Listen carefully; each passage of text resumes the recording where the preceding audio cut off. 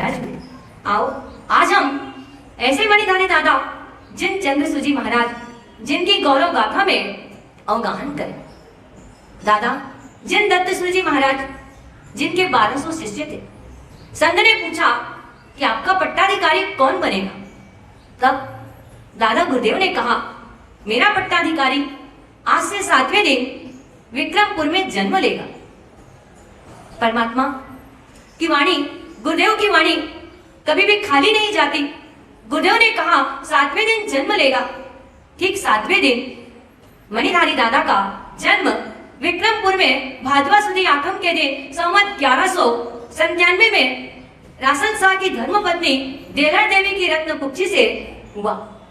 जैसे पुत्र का जन्म हुआ, जन्म के साथ ही विशिष्ट प्रतिभा आलोक को लेकर अवतरित हुए। ये संस्कार इतने ज्यादा पुष्पित पल्लवित थे कि संवत 1203 में अचानक दादा जिन दत्तसूजी महाराज जिनका आगमन हुआ और जिनके तत्वमय वाणी को श्रवण कर वैराग्य के रंग जिनके अंदर प्रस्फुटित हुए और वो स्वयं गुरुदेव के चरणों में संयम लेकर दीक्षा लेकर अपने जीवन को समर्पित कर दिया। मात्र उस समय 6 वर्ष की आयु थी।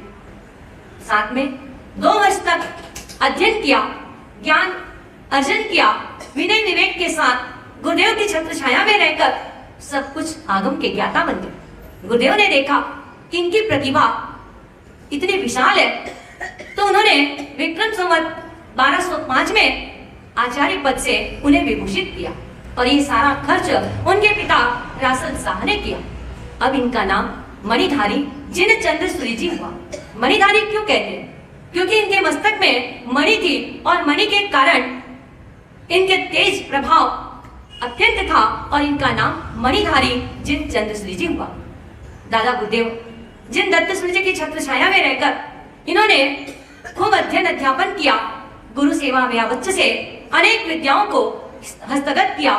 जब गुरुदेव जिन दत्तसूरी जी महाराज का समय नजदीक आया तो उन्होंने इन्हें भुलामन दिया और कहा कि तुम दिल्ली, उस समय दिल्ली को योगिनीपुर कहा जाता था, उधर मत जाना, किंतु भवितव्यता जो होती है होकर ही रहती है। गुरुदेव अपने प्राण त्याग दिए। जैसे ही दादा जिन दत्तसूरी जी महाराज का देवलोक हुआ, वैसे ही पूरी जवाबदारी आप पर आ गई और आपने बड़ी कुशलता के साथ उसका निर्वहन किया। देश विदेश सब तरफ विचरण करते हुए जिन शासन की महती प्रभावना की। एकदम दिल्ली से एक बार इधर उधर विहार करते हुए जब पता चला दिल्ली नरेश मदनपाल राजा को, तो उन्होंने विनती की।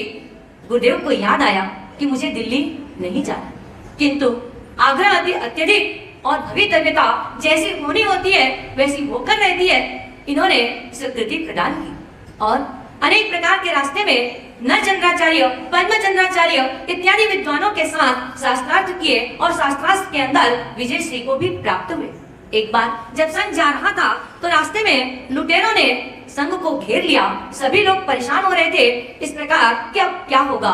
उस समय मणिधारी दादा ने एक चारों तरफ लक्ष्मण रेखा खींची और सबको कहा कि जिन दत्त गुरुदेव को याद करो। गुरुदेव का इतना प्रभाव है कि कुछ भी नहीं हो पाएगा। उस समय जो लुटेरे लोग थे उन्हें दिखने नहीं लगा, वो अंधे हो गए और किसी प्रकार का किसी को कोई कष्ट नहीं दिया, ये कष्ट निकल गया। इस प्रकार अनेक ऐसे उदाहरण हमें आपके जीवन में देखने को मिलते हैं। यहाँ जैसे ही आप दिल्ली पहुंचे, आपको ध्यान आया और आपने अपना अंतिम समय जानकर संघ को कुछ भुलामन दी। उन्होंने कहा कि जब मेरी अर्थी निकालोगे तो मेरी अर्थी को कहीं पर भी विश्राम मत देना, यानी जितनी दूर तक ले जा सको उतनी दूर ले जाना, विश्राम मत देना।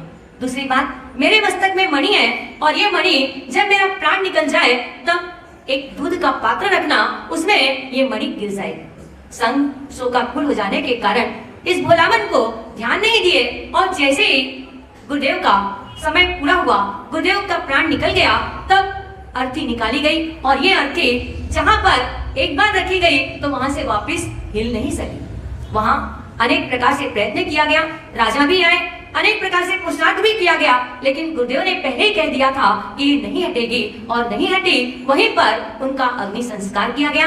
आज वो महरौली ग्राम जो कि इतना विशाल और इतनी ज्यादा इस प्रकार से प्रस्ताव प्रभाव में फैल चुका है। आप वहां जाते हैं तो आप देखते हैं कि वहां की ऊर्जा कितने किस प्रकार की है और किस तरह से हर व्यक्ति अपनी मनोभावनाओं को पूर्ण कर लेता है। ऐसे मणिधारी दादा जिन चंद्रसूर्य जी महाराज, जिन्होंने मात्र 26 वर्ष की अवस्था के अंदर अपने जीवन को त्याग किया। हम चिंतन करें कितने वर्ष के हो गए, हम इतने वर्ष के हो गए, 60 वर्ष के हो गए, हमने क्या किया? कुछ भी नहीं किया। और गुरुदेव मात्र 6 वर्ष में दीक्षा लेकर 8 वर्ष में आचार्य पद प्राप्त करके पूरे जिम्मेदारी को लेकर के और 26 वर्ष के बसंत में इस शरीर का त्याग भी कर दिया। फिर भी आज इतने वर्ष होने के बाद भी हम उन्हें याद कर रहे हैं। इसके पीछे कारण क्या है?